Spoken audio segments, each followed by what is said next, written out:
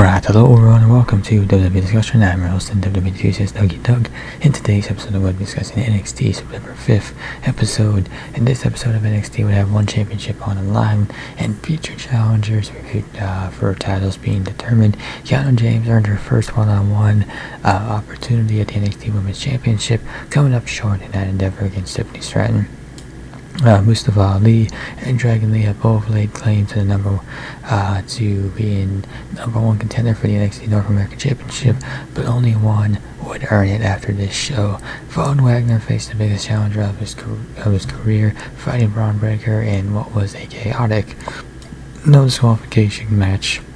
This show had a chance to not only set the stage for No Mercy, but also set a stage for the upcoming fall programming for NXT. And with that, we'll go ahead and get right into the action, starting with Ilya Dragunov versus Ora Mensah. So next week, it will be Dragunov versus Wesley in a number one contenders match for the NXT Championship next week.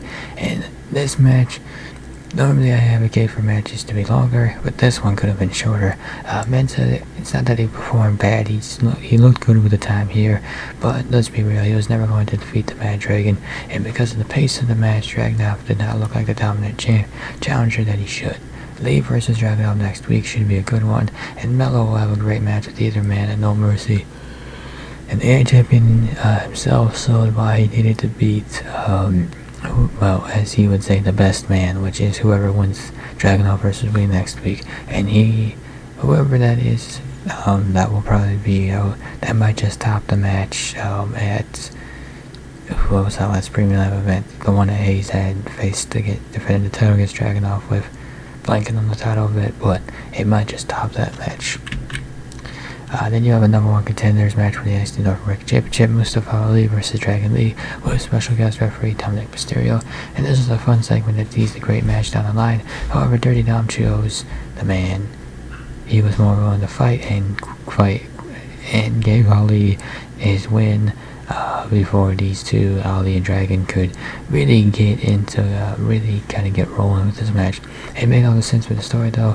Ali is a dangerous competitor, but Dragon Lee already has a pinfall victory over the champion, so it makes sense why Mysterio doesn't want to face him again. And it's likely that this ends up turning into a triple threat match, kind of similar to the Great American Bash. So right now it's Ali versus Mysterio for the North American title. Don't know when that's supposed to be, but again, it's likely to change to a triple threat match, and it happens at No Mercy. Global Heritage Invitational, Butch versus Axiom, and this is what this tournament needed, some life injection into it. Axiom and Butch had the first true show stealer of the tournament. While draws can sometimes be deflating, this felt more like a statement of Axiom's worth. He fought Butch and never gave up, and what made this match so good was how Axiom changed his style to match Butch's.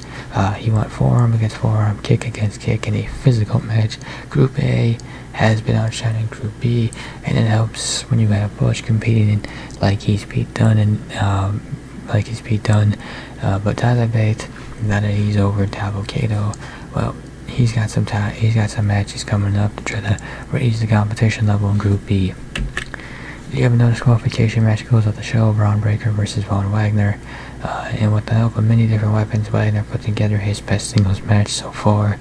Breaker also made him look like a monster, powering out as Wagner powered out of Breaker's best offense. It is a shame that does not lead to a win for Wagner, as he certainly had some momentum going for him, but Breaker remains higher in the NXT hierarchy, I guess if you want to call it that. The feud probably not over though, as even though Breaker did try to seemingly murder Wagner at the end of the show, so a win for Wagner may come before it is all over. Corbin's involvement is unnecessary, but he did get a front row seat to this match, so maybe something comes out of this.